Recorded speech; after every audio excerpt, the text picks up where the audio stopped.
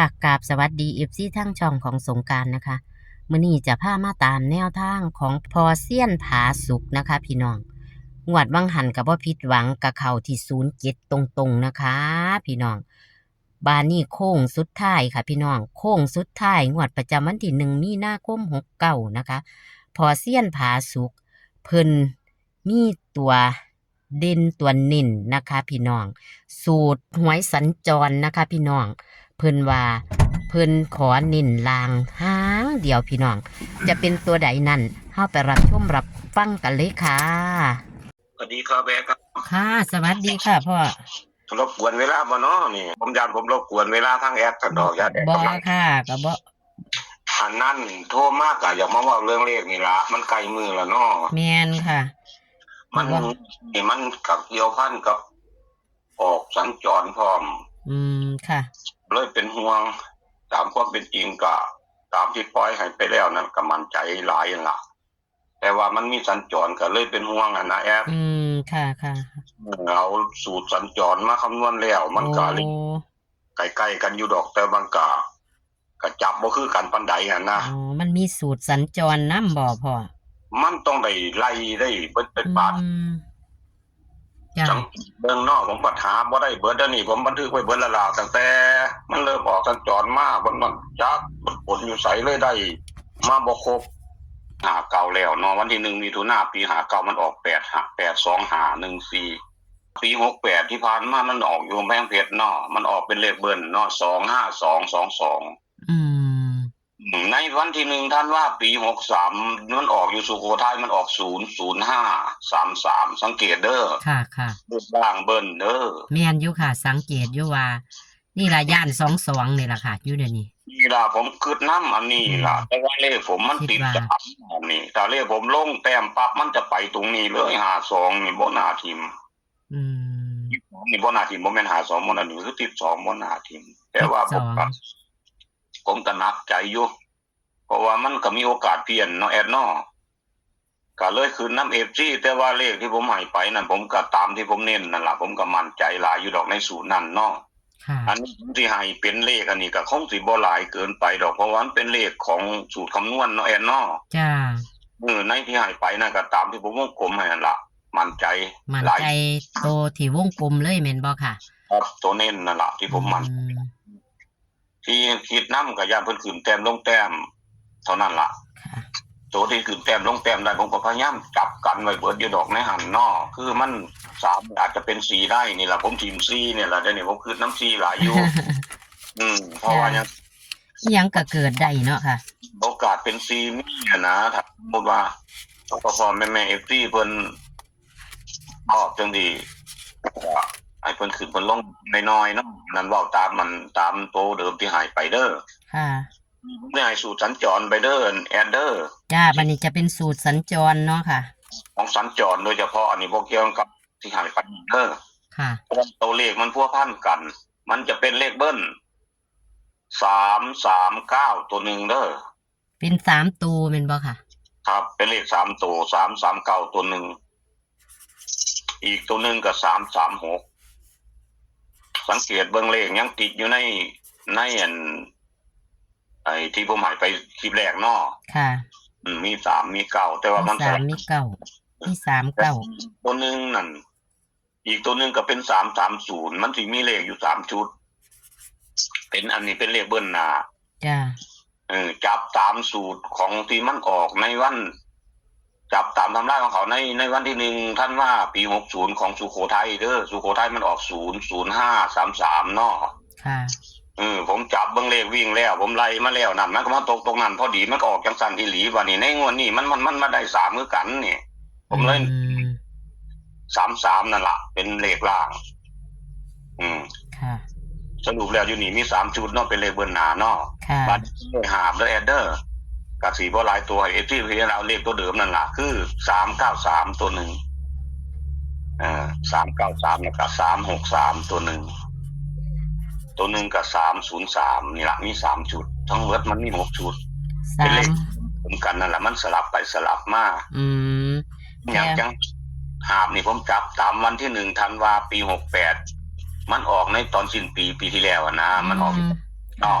ค่ะ มันเป็น25222ในแอปผมจับตามทำลายตัวนั้น 25222บัตรปีกายค่ะ ออกตัวนั้นเด้ในวันที่1ธันวาคมอยู่กำแพงเพชรเด้ อ๋อมันสิบ่มา22ซะติค่ะ ก็บ่แน่อยากให้ FC เพิ่นพิจารณาเอาให้เพิ่นขึ้นเพิ่นนิดๆน้อยๆกันไว้เพราะว่าผมนี่ผมจับตามทำลายสูตรเนาะ ค่ะ จะจับตื้มออกไปมันจะหลายได้แอดมันจะเฮ็ดให้ FC เพิ่นงง ค่ะ อันนี้มันอยู่น้ำบุญวาสนาเพิ่นให้เพิ่นต่อยอดเอาถ้าเพิ่นชอบ2อยู่ให้เพิ่นก็เอา2มาใส่ ค่ะ ถ้า มัน เพิ่น อยู่ เอา ที่สูตรเฮานำเนาะค่ะเนาะสูตรไผ เพิ่นเอามาใส่ก็บ่อยากให้เพิ่นทีม3ปานใด ให้ 332หรือว่า232ยังไปสินะ จ้า ผมก็มั่นใจอยู่ดอกเพราะว่ามันใกล้กันกับเลขที่ผมให้ไปแล้วเนาะ แม่นค่ะใกล้ตัวเดียวกันอยู่ดอก39 เน้นตัวใดอันนี้ผมบ่เน้นเด้อให้เพิ่นวิเคราะห์เอาถ้าเพิ่นบ่ชอบผ่านๆไปซะก่อนเที่ยวหน้ามันมาออกอีกจังค่อยวิเคราะห์กันต่อ ค่ะ เพราะว่าโดนๆมันจะออกเทื่อนึงเนาะในต่างจังหวัดเนาะในบึงกาฬมันก็ออกวันที่1คือกันในมิถุนายนน่ะมันใกล้ๆกันได้กับอันที่มันออกอันนั่นมาแม่นบ่ล่ะ82507นั่นมันมาออก35220น่ะมันต้องมาออกนี่มันก็ใกล้ๆกันมันมี0น่ะนะนั่นก็มี0บัดนี้ในวันที่1ธันวาคมน่ะมันก็ใกล้ๆกันนะผมคาดว่าคงบ่หนีกันไกลดอกเพราะว่าจับตัวเลขมันได้ใกล้ๆกันนะแอด ค่ะ ถ้าไปออกวันที่16ต่างแดนนี่ผมก็เอามาก่อมันก็มีอยู่แต่ว่าผมหาบ่เห็นซื่อๆคันหาเห็นผมสิไล่ให้เบิ่งเบิดล่ะมันเป็นแต่ทีมผู้แล้วสูตรที่ผมให้ไปน่ะเป็นอย่างที่เป็นแต่เอาสูตรนี่เพราะว่าสูตรนี้มันเกาะกันมานะแอด ค่ะ มันเกาะกันมาบ่เป็นแต่ทีมเพราะว่าโดนๆมันออกที่1เนาะหรือเพิ่นสิยกหยวงมาเบิดทั้งหยวงเลย252นี่ก็บ่จักแล้ว มันเคยยกใส่กันอยู่เด้ในวันที่16มันเคยยกใส่กันอยู่2-3เทื่อนะยกมาเบิดสุดเลยนะมาออกอันนี้ก็หรือสิเป็นจังซั่นก็บ่รู้ให้ FC เพิ่นวิเคราะห์เอาเด้อแอดเด้อ มันเป็นไปได้เนาะค่ะมันเป็นไปได้ ม่วนก็เท่านี้แหละที่ผมโทรมาหาก็ได้อันเก่าก็คือตามที่ผมเน้นเด้อแอดเด้อ จ้าคันมันไปก็คือไปอันเก่าเนาะค่ะ ครับถ้าไปเสริมตัวเลขก็คล้ายๆก็ไปเพิ่มมันเพราะว่ามันสลับเอา ก็คืออันนี้ก็ให้เพิ่นตัดลิ้นเอาเนาะค่ะ ให้เพิ่นพิจารณาเอา ค่ะ เพราะว่าเราทำลายสูตรสัญจรเนาะ ค่ะ ครับเอาจังซั่นเด้อแอดมีเบอร์โทรเด้อขอให้โชคดีสุขุทุ เดี๋ ก ยว คน 339เนาะค่ะ ครับ แล้วก็336 330แล้วก็เลขหาบก็คือ393 363 303เนาะค่ะ ครับถูกต้องครับ ค่ะ ด้านล่างนั่นคือเน้น33นั่นล่ะถ้าเพิ่นสิลดก็คือลด22ขึ้นก็ขึ้น44มีเท่านั้น เพราะว่าตามทำลายในวันที่1นั่นอันของเดือนธันวานี่เนาะมันก็มีหลายเดือนอยู่เนาะที่ผมหาบ่เห็นก็ได้ มันสิเป็นเลขเบิ้ลนั่นล่ะส่วนมากอันนั้นเลขล่างเขานั่นนะ แม่นอยู่ค่ะ ส่วนมากสิเป็นจังซั่นแต่ว่าผมหาบ่เห็นคันสิคนหาใน YouTube ก็ได้อยู่มันใช้เวลา บัดนี้คืออันข้างล่างนี่ให้ลงบ่ค่ะ33นี่ ลงแหมครับลงแหมมันเป็นสูตรเฉพาะถ้าเพิ่นอันนั้นก็เพิ่นขึ้นแต้มลงแต้มเอาก็ขึ้นได้แค่44กับ22มีเท่านั้น ก็คือให้ล่างนี่คือ33แล้วก็เอา44ไว้นำบ่ค่ะกับ22นี่ ตัวรองซะ44กับ22เป็นตัวรองซะ จ้า อันนี้มันเป็นสูตรของเลขกันสัญจรโดยเฉพาะเด้อแอดเดอร์ ค่ะ บ่เกี่ยวกับอันนั้นสูตรที่ผมให้ไปแล้วก็เป็นสูตรอันหลักของผมล่ะอันนั้นผมก็มั่นใจอันนั้นก็ได้ฮะเทื่อมันเดินต่อก็คือว่าสิมีโชคอยู่ดอก อันขอบคุณหลายๆเด้อแอดเดอร์โอนสตางค์มาให้เด้อ จ้า ขอให้ร่ำให้รวยขอให้มีโชคก่อนใหญ่2,000 เท่าพุ่นล่ะ ค่ะคือกันเด้อค่ะพ่อก็ขอให้แข็งแรงสุขภาพแข็งแรงให้ร่ำรวยคือกันล่ะค่ะ ครับขอบคุณหลายๆครับ ค่ะ เอาเด้อขอให้โชคดีทุกคนเด้อมันมีเบอร์โทรเขาสวัสดีครับขอ ค่ะ ให้โช ส ค วัสดีค่ะ ครับโชคดีครับ ค่ะพี่น้องโค้งสุดท้ายของปอเซียนผาสุกนะคะ เพิ่นกะเป็นเลขคำนวณสูตรสัญจรพี่น้อง สูตรสัญจรเพอว่าเพิ่นย่าน เป็นเลขเบิ้ลเพิ่นว่าพี่น้องเพิ่นเป็นห่วงเพิ่นว่าเพิ่นเบิ่งสถิติมาแล้วนะคะว่าส่วนมากจะเป็นเลขเบิ้ลนะคะ เพิ่นเลยคำนวณนะคะ พี่น้อง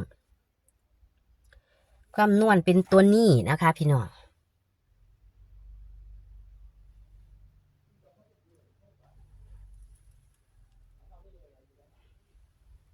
เห็นบ่ค่ะ เป็นเลข3 ตัวนะคะ เลข3 ตัว เป็น6 หางนะคะ พี่น้องบนนะคะ พี่น้อง3 ตัว6 หางแต่ว่าเพิ่นให้ตัดลิ้นเอาเด้อค่ะ พี่น้องชอบตัวใดก็ตัดลิ้นเป็น2 ตัวก็ได้393036นะคะ